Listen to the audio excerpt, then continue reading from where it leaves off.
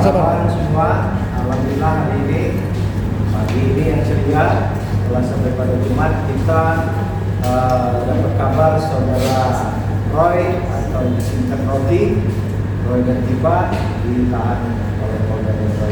Selanjutnya coba Bang Bobi Payung, Bang Adi Aswad yang disampaikan. Ya, terima kasih ya Bung Regan ya, Ketua BNN.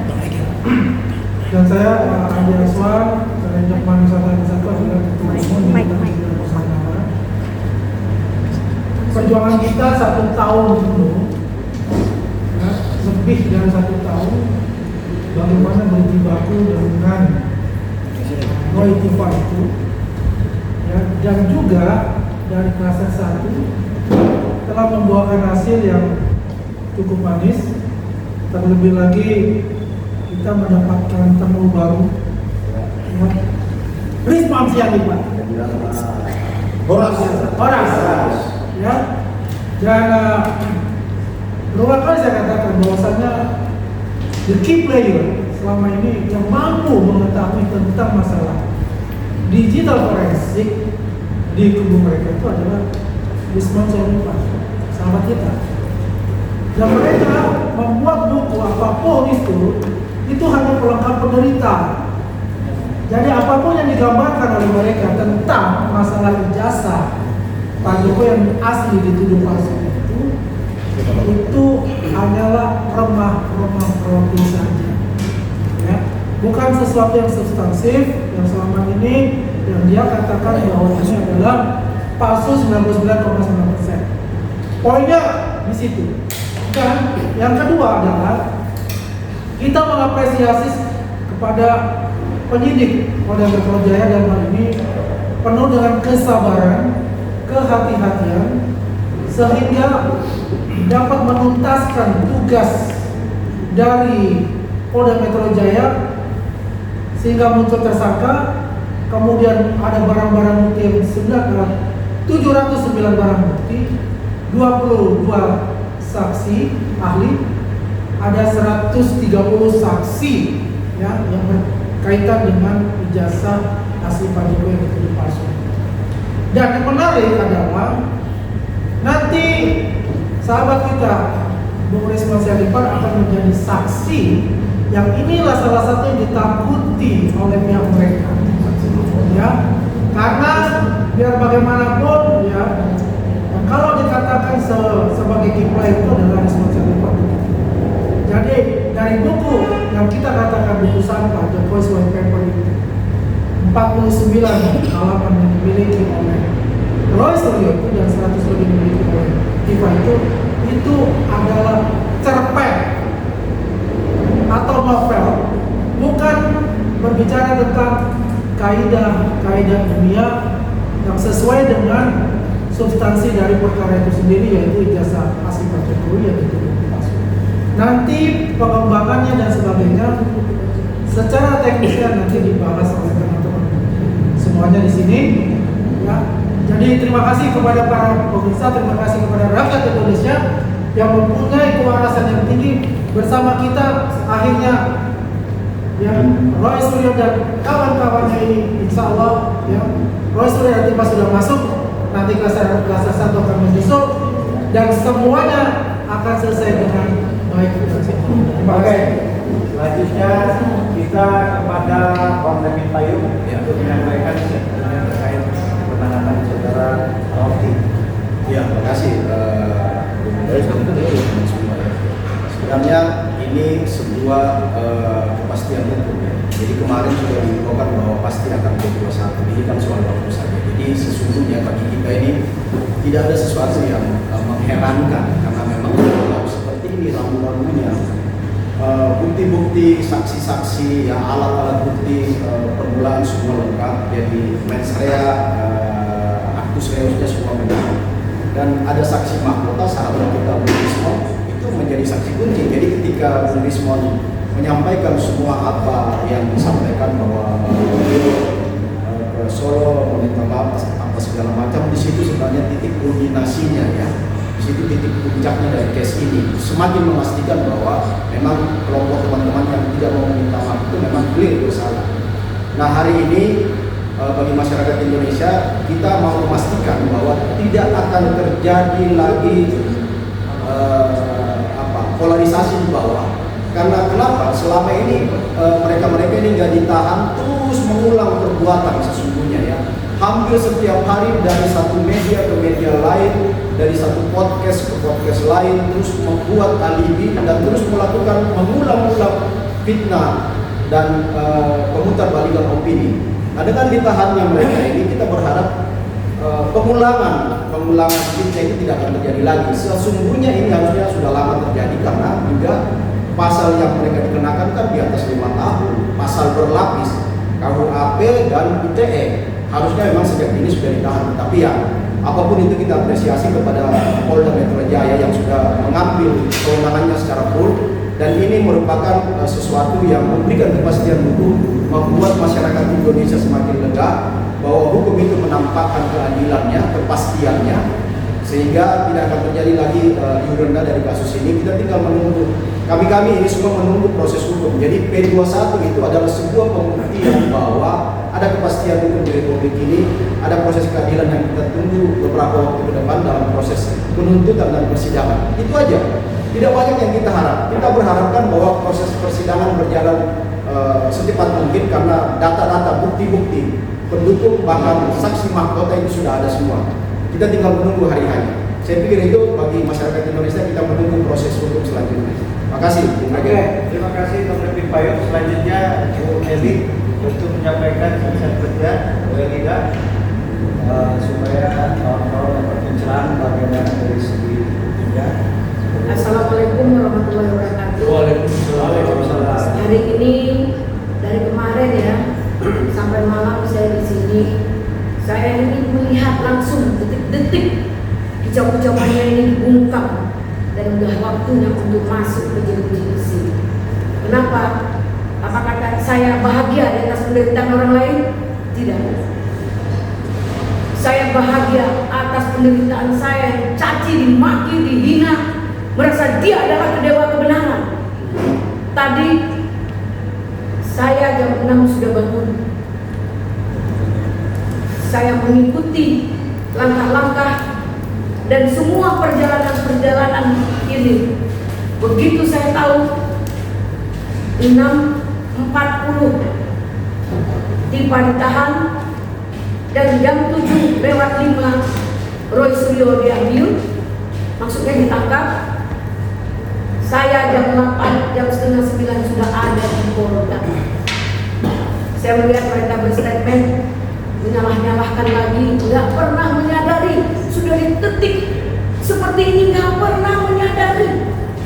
Ya ampun, seperti apa lagi yang harus diperlihatkan kepada mereka baru mereka paham, mengetahui semuanya tapi tidak memahami.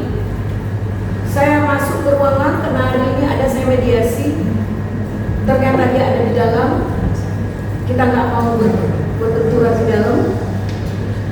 Saya di ruang tamu 1, kemudian saya keluar, saya duduk di bawah pohon. Allah baik kepada kita, pada saya. Begitu saya lihat, mungkin ya kalau saya nggak salah, Rasulullah minta sholat Jumat di ruangan, ternyata diangkat langsung masuk ke dalam dan dikejar oleh Gofur, dikejar oleh Azam Khan. Masuklah dia ke ruangan itu. Saya lagi wawancara di bawah pohon. Kemudian dibawa ke Tati, ke ruangan tahanan tadi. Dari ruangan Tamrin 5 langsung ke tahanan tadi. Dan kemudian 15 menit setelah itu barulah Tifa datang, berjalan seperti pengantin pelan sekali dengan selalu mengucapkan Alhamdulillah, Alhamdulillah, Alhamdulillah telah menyelesaikan ujian. Alhamdulillah saya hari ini seperti ini. Jadi kalau secara psikis saya melihat dia seorang perempuan yang tegar dan bertanggung jawab atas perbuatannya. Apa yang kau tanam itu yang kalian tua ya? Ya tegar, kuat. Walaupun di dalamnya aku saya nggak tahu. Namun hari ini kita kita menunggu. Katanya rilis jam 3, kita menunggu apa yang akan terjadi. Tahapan sudah berlalu dengan profesional dan sangat humanis, ya. Sampai penangkapan juga dengan humanis. Sampai masuk tadi ke dalam ruangan juga humanis. Ke Tahti tadi, ke ruangan tahanan titipan di Polda belakang Reskrimum tadi. Dan kita menunggu apakah hari ini dilangsungkan tahap 2 diantar ke kejaksaan. Apakah kejaksaan menitipkan di Tahti?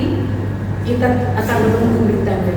Kalau hari ini dia diantar langsung ke kejaksaan, tahanan kejaksaan, maka selamat tidur nyenyaklah penyidik Roy Suryo dan Tifa karena sudah selesai tugasnya. Ya, kalau selanjutnya tentu tanggung jawab kejaksaan.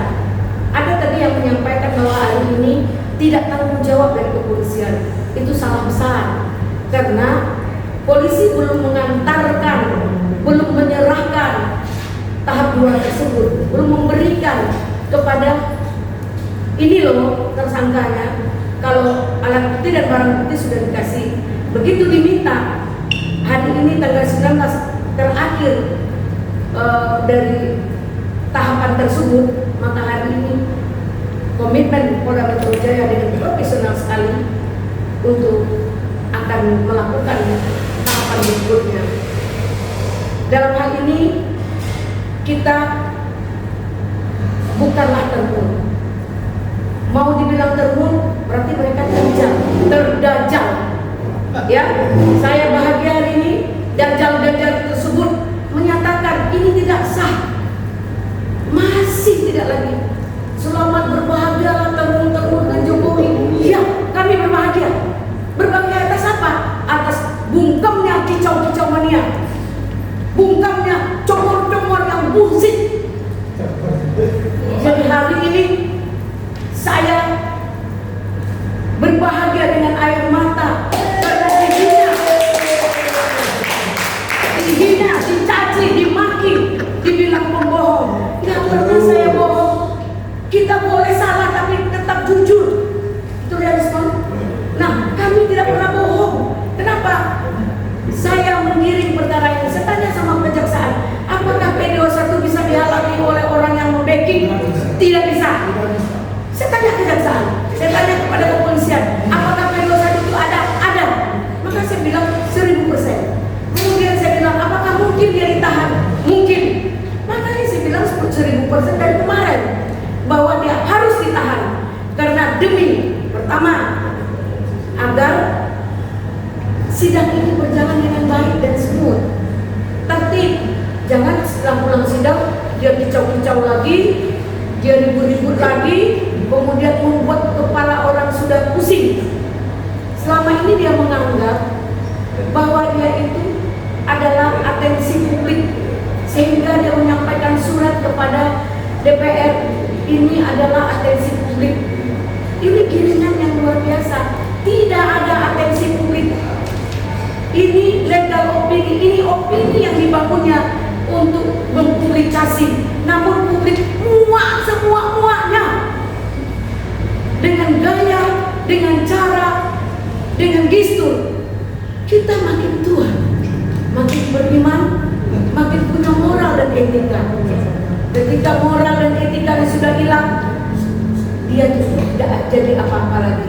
Makanya tadi saya melihat dengan mata kepala saya sendiri, mereka menunggu di depan, saya melihat di belakang. Itulah terima kasih Allah, apresiasi buat pihak kepolisian, apresiasi buat kejaksaan. Semoga saya yakin dan percaya perkara ini pasti menang. Tahan di atas 5 tahun. Terima kasih. Oke, terima kasih Bu Eli. Selanjutnya Jangan Irsan untuk menyampaikan statementnya terkait penahanan saudara Roy dan Siva atau disebut Roti. Oke, Assalamualaikum warahmatullahi wabarakatuh. Waalaikumsalam. Sejahtera bagi kita siang hari ini.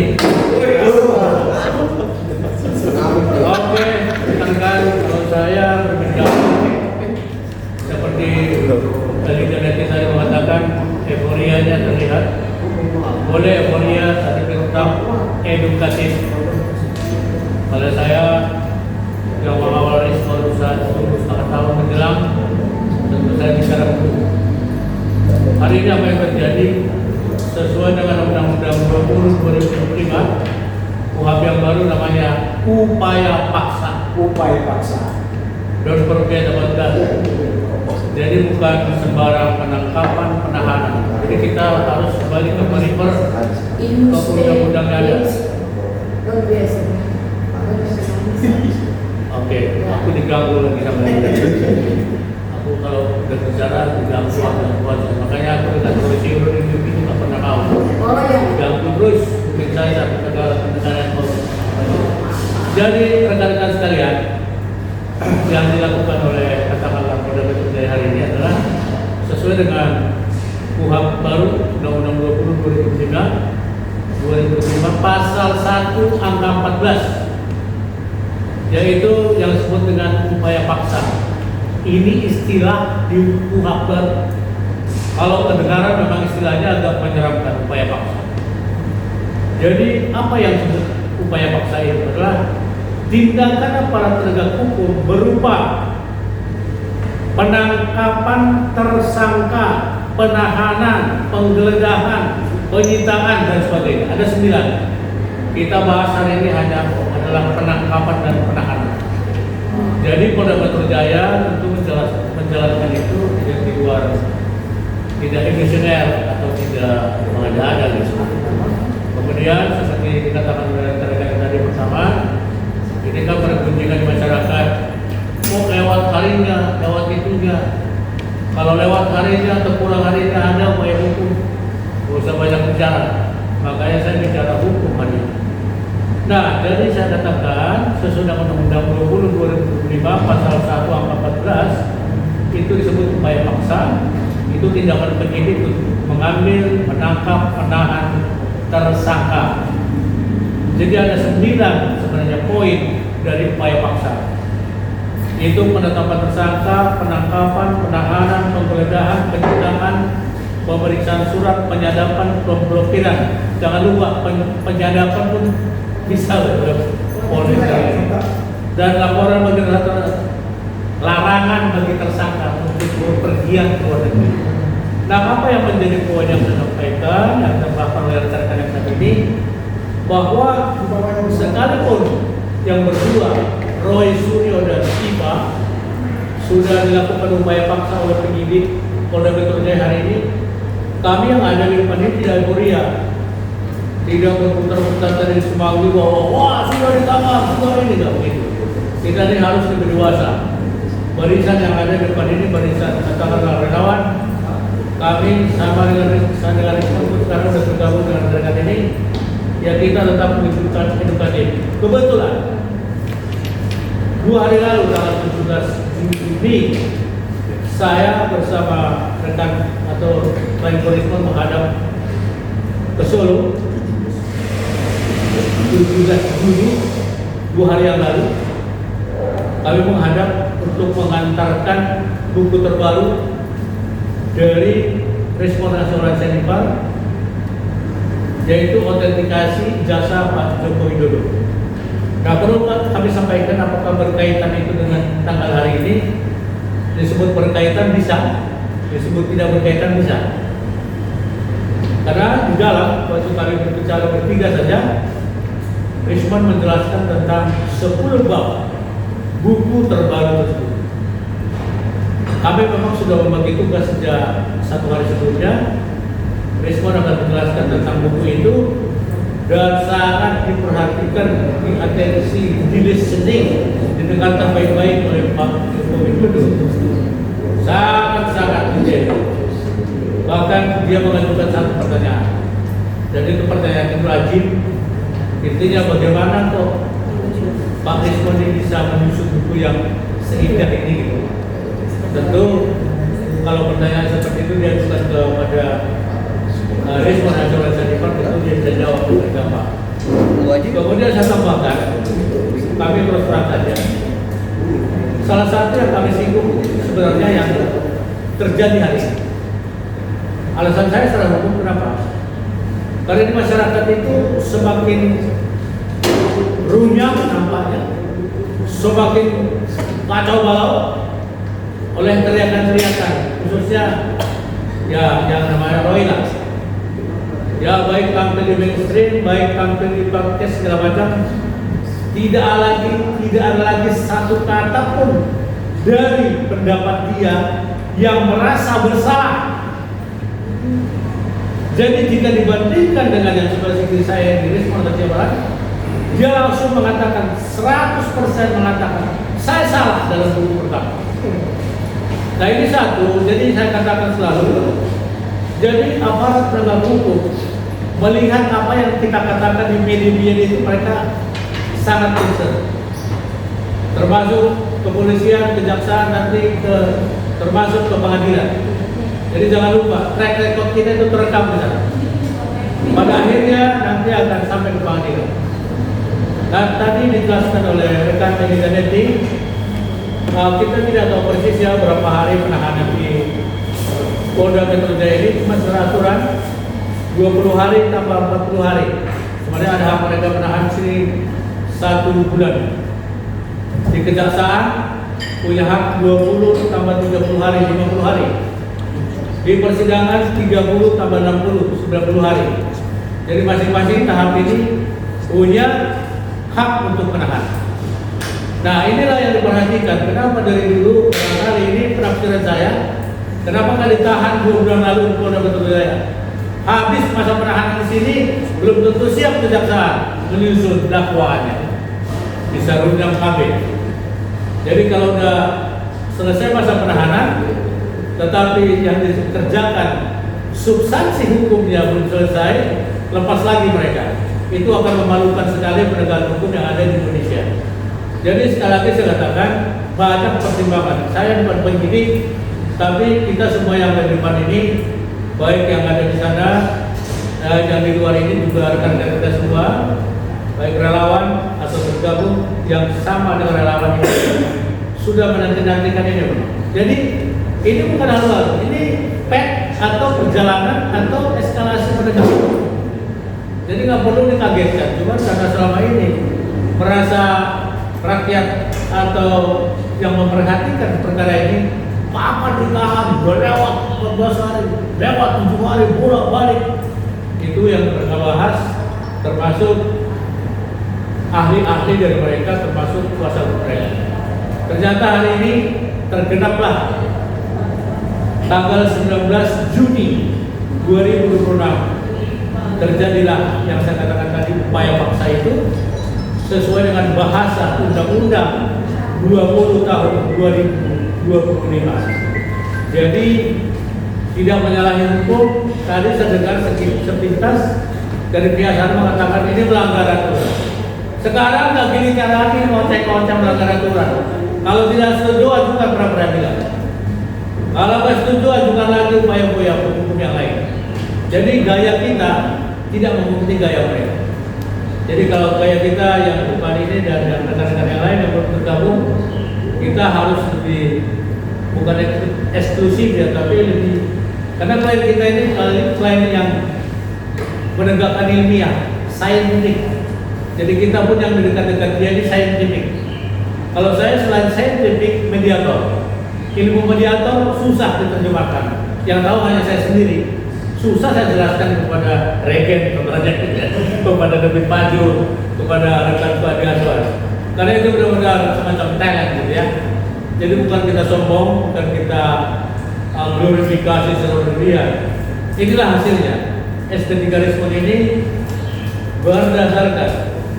berdasarkan upaya restoratif justice yang saya ketahui selama ini kita praktekkan. Saya kira sementara tentu nanti kita ada podcast besar juga di sana ya. Rekan Pajuk sama Legend, karena mereka sekarang lagi menguasai panggung di sana, ada kayak Budis. Beliau ada juga di sana. Jangan besar. Saya kembalikan ke host kita. Terima kasih Pak Joko Tirsa, kawan-kawan semua. Terkait apa selanjutnya saya akan menyampaikan ya bagaimana pernyataan sikap kita relawan pendukung Jokowi selama ini kami pada kesempatan ini menyampaikan bahwa kami sangat menghormati ya seluruh proses hukum yang sedang berjalan terkait perkara yang dibuat saudara Roy Suryo dan saudara Tipa. Penangkapan dan penahanan yang dilakukan aparat penegak hukum merupakan bagian dari mekanisme hukum yang masih dan telah melakukan sesuai dengan ketentuan perundang-undangan, mulai dari laporan penyidikan, penetapan tersangka hingga melimpahkan perkara kepada kejaksaan. Kami memberikan apresiasi ya kepada jajaran penyidik Polda Metro Jaya yang telah bekerja secara profesional, objektif, independen dan menangani perkara ini. Proses yang berjalan menunjukkan bahwa aparat penegak hukum menjalankan tugas dan kewenangan berdasarkan fakta, alat bukti, ketentuan hukum yang berlaku tanpa intervensi dari pihak manapun. Kami juga menyampaikan terima kasih kepada Presiden Prabowo Subianto selaku pemerintah yang terus memastikan tegaknya supremasi hukum dan memberikan ruang bagi aparat penegak hukum untuk bekerja secara profesional. Penanganan perkara yang dilaporkan oleh mantan Presiden Republik Indonesia yang ketujuh menunjukkan bahwa setiap warga memiliki kedudukan yang sama di hadapan hukum dan berhak memperoleh perlindungan hukum yang adil dan sama. Lebih jauh, proses hukum yang berjalan dengan baik ini sekaligus menunjukkan bahwa hubungan antara Presiden Prabowo Subianto dan Presiden ketujuh Republik Indonesia Insinyur Joko Widodo tetap terjalin dengan harmonis, penuh rasa saling hormat, serta bersama-sama mendukung penegakan hukum, stabilitas demokrasi di Indonesia. Kami mengajak seluruh masyarakat Indonesia untuk menghormati proses hukum yang sedang berlangsung, mengedepankan asas praduga tak bersalah, serta tidak membangun opini yang dapat mengganggu jalannya penegakan hukum. Jakarta, 19 Juli 2026, relawan pendukung Jokowi JK. Terima kasih. Selanjutnya saya serahkan kepada saudara Roy. Oh, Rismon. Saya Rismon. Terlalu semangat. Saya salah, dia salah. Ya, inilah kalau apa namanya eksploitasi politik, propaganda politik, tapi dibalut seolah-olah media. Inilah yang makanya salah satu alasan saya kemarin kuat adalah saya sudah mengendus ini adalah apa namanya pertarungan politik atau agenda politik 2029. Betul. Kenapa saya bilang begitu? Pihak mereka itu tidak pernah, saya sudah mengusulkan pihak mereka, khususnya para pengacara Roy maupun Tipa, itu tidak pernah meng-cross validasi silang tulisan Pak Roy yang 49 halaman itu dibedah oleh tim peneliti independen. Apakah itu memenuhi kaidah-kaidah ilmiah, numerisasinya bagaimana sebelum jump into conclusion. Tetapi Pak Roy Suryo ya, tanpa ada dasar ilmiah yang jelas, tanpa pendidikan yang jelas, itu langsung jump into conclusion, terutama dua metode yang diklaim ilmiah. Ya, yang pertama adalah ELA, Error Level Analysis. Padahal sudah saya sebutkan di situ, bahkan di buku saya yang terbaru, ya.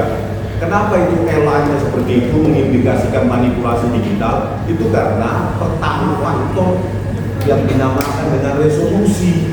Dia harus membandingkan, ini kan dia membandingkan tidak apple to apple, hasil scan ijazahnya dengan yang diambil di medsos.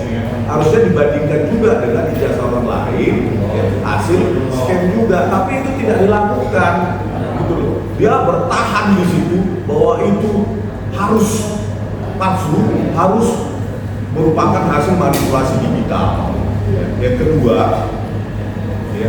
Yang kedua bahwa di samping ELA itu selalu mengatakan bahwa terjadi ketidakcocokan, ya kan, antara foto di ijazah Pak Jokowi tahun 1985 dengan foto ketika jadi presiden. Oleh karena itu, ya dengan metode yang seperti itu dia tidak bandingkan dengan apple to apple. Misalnya foto muda Pak Prabowo Subianto dengan foto saat presiden. Akhirnya apa? Dia sengaja, ya secara bias konfirmasi, ya namanya kalau penelitian itu ada bias konfirmasi. Kita menginginkan kesimpulan yang sama, kesimpulan harus itu, sehingga dicarilah pencocokan berdasarkan sampel sehingga sesuai dengan kesimpulan yang diinginkan. Itulah bias konfirmasi.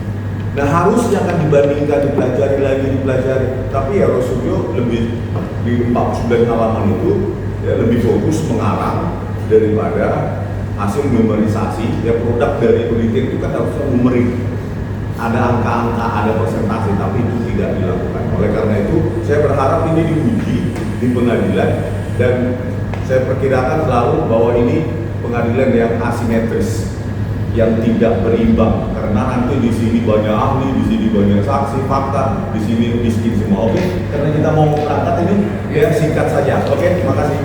Oke, ini mungkin ada yang ditambahkan sedikit aja karena kita akan ke sana, ya, Bang Jamankan. Baik, rekan-rekanku sekalian, saya selalu bicara secara hukum ya. Hari ini sudah ada penahanan terhadap 2 orang, Roy dan Kibar. Tentu langkah berikutnya adalah diolah kejaksaan atau diteliti sama kejaksaan, kemudian dikembangkan ke pengadilan. Itu perjalanan yang pasti. Jadi bukan prediksi lagi seperti bola sekarang ini berapa skornya. Sudah pasti ada dasar kosong. Apa yang menjadi pokok yang harus kita pikirkan? Memang ijazah ini harus mempunyai kekuatan hukum yang pasti nanti di pengadilan. Kemarin, maaf saya sampaikan ini ke Pak Jokowi langsung ya, dan saya tulis langsung di kertas. Apa arti inkrah panjoiste? Bukan hanya inkrah, banyak sekali orang hukum yang kurang paham. Bukan berarti saya lebih paham dari rekan-rekan, tapi yang dibutuhkan dalam perkara ini adalah inkrah panjoiste, baik di tingkat PM, PT, dan Mahkamah Agung dan selanjutnya. Artinya kekuatan hukum yang mengikat secara tetap dan tidak ada upaya hukum lain lagi, sehingga perkara ijazah perkara ijazah ini tidak mungkin lagi akan diukit, tidak mungkin lagi nanti masuk ke pengadilan. Itulah yang dituju oleh bukan semata-mata Pak Jokowi, tapi kita orang hukum yang sekarang yang berkonsentrasi ke ijazah ini mendukung betul Pak Jokowi. Itu perlu sekali rekan-rekan ya. Jadi apa tujuannya ke pengadilan? Agar ini menjadi kekuatan hukum tetap. Saya kira rekan sudah tahu persis itu sebenarnya. Saya kembalikan ke Pak Jokowi.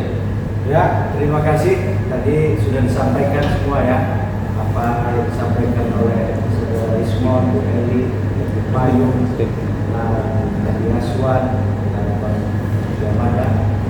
Saya rasa secara hukum sudah jelas ya, bahwa apa yang ada hukum juga tidak serta-merta proses hukum ini juga sudah lama, dan proses RJ2 itu dilakukan secara terbuka.